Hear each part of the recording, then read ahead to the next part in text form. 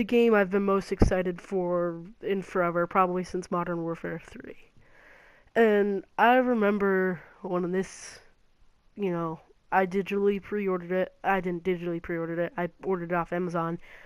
And I remember when the disc came in the mail and I played it for the first time. And after about, I loved it the first week cuz walking into it, it was something I wanted to love.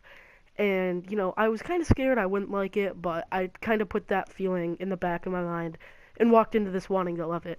But now that we're about 2, almost 3 months into this thing's life cycle, I kind of think of it as like the first time I heard Soldier Boy. It's good, but it's not something I could play a lot or listen to a lot because there's not enough content in it. It's lacking too much. And it seemed like what happened is they focused too much on the settlement building in this, and they didn't do enough of what Fallout and Bethesda games are known for, side quests, and, there's that fun exploration stuff that's involved, and that is always something that interests me. Sometimes I'll just walk out into the wasteland and get lost, but I haven't been able to do it at all much in this game, and I don't really know why.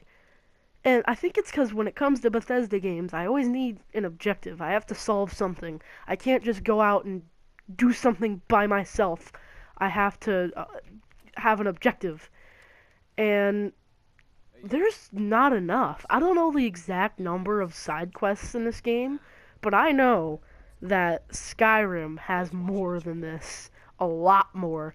And I've already gone back to playing Skyrim. I'm on the 360 playing Skyrim. And, excuse me. And that's saying something, really. That with the DLCs, I think, yes, they should add DLCs, like DLC quests like the Pit and Operation Anchorage. But they should add more side quests to the games. Because there aren't enough. There's like, I know when I have like tons of different characters on this, and each one I'm like level 40, and I beat the main story, and like I'm trying to get all the achievements for this game, so I'm creating new characters and doing all the different endings. And every time I finish the ending, I'm like done with that character. I'll delete him and never touch him again, because I've done most of the side quests. Because all the quests are like repeatable quests that you do during the main story. And, once you're done with the main story, all you have left is these stupid fetch quests. And, they get repetitive, and there's way too many of those in Fallout 4. 'Cause I hated them in Fallout 3, in New Vegas, and Skyrim. The stupid fetch quests, where you had to just go to one place, get something, come back, and get like 200 caps for it. There are tons of them in this game, and I loathe them so much, because the first couple times they're okay, but then it just gets lame. And each faction has their own ones, like the Brotherhood. When you first meet them in Cambridge, you just go either clear the place of ghouls or mutants, or go find this thing in the building. And, the railroad, you go to the dead drops and all that. I don't know the Institute, because I haven't done the Institute yet. And the Minutemen, oh, don't even get me started on the Minutemen. You've seen all the memes at this point. Another settlement needs our help and all that crap. I'm not even gonna... You just have to go online, and if you type in Preston Garvey, you'll probably find whatever you need to know.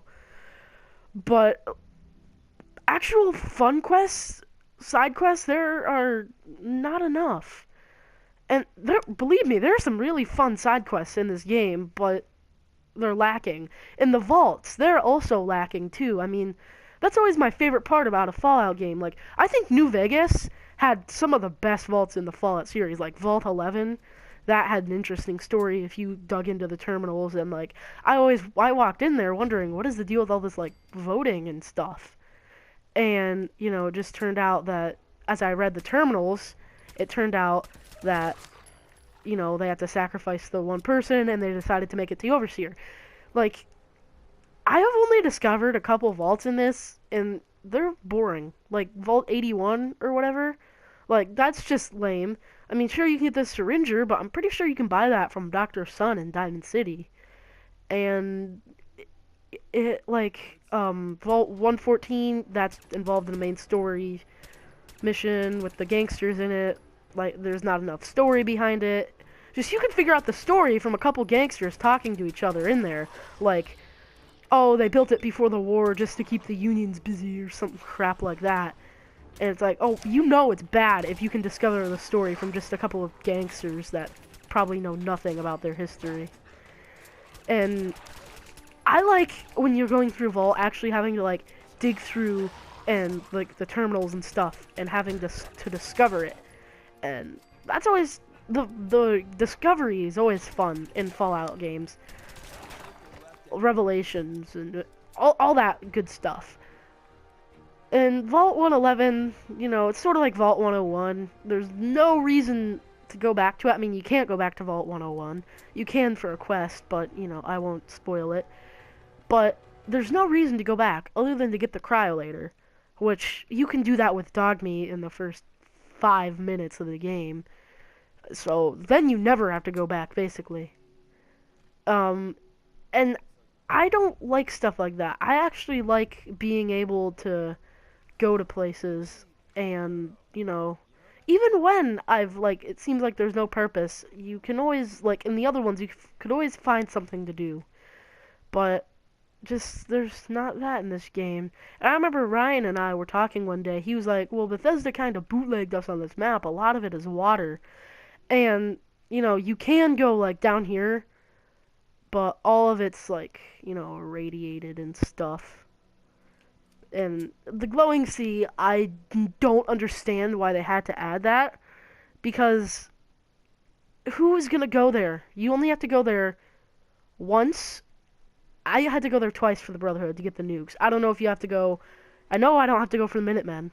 I mean, sure, when I build it with the... Because I kind of screwed up my first time playing this with the Brotherhood. I went there. I don't even know if you side with the Minutemen all the way, you have to go to the glowing sea. You probably do. I don't know about the Institute, but, you know, you have to probably go there to find the Institute. Like, who's gonna go back? There's nothing to do. And I just... It's sort of like, in New Vegas, like, Quarry Junction. Unless you're super high level, why would you ever want to go there?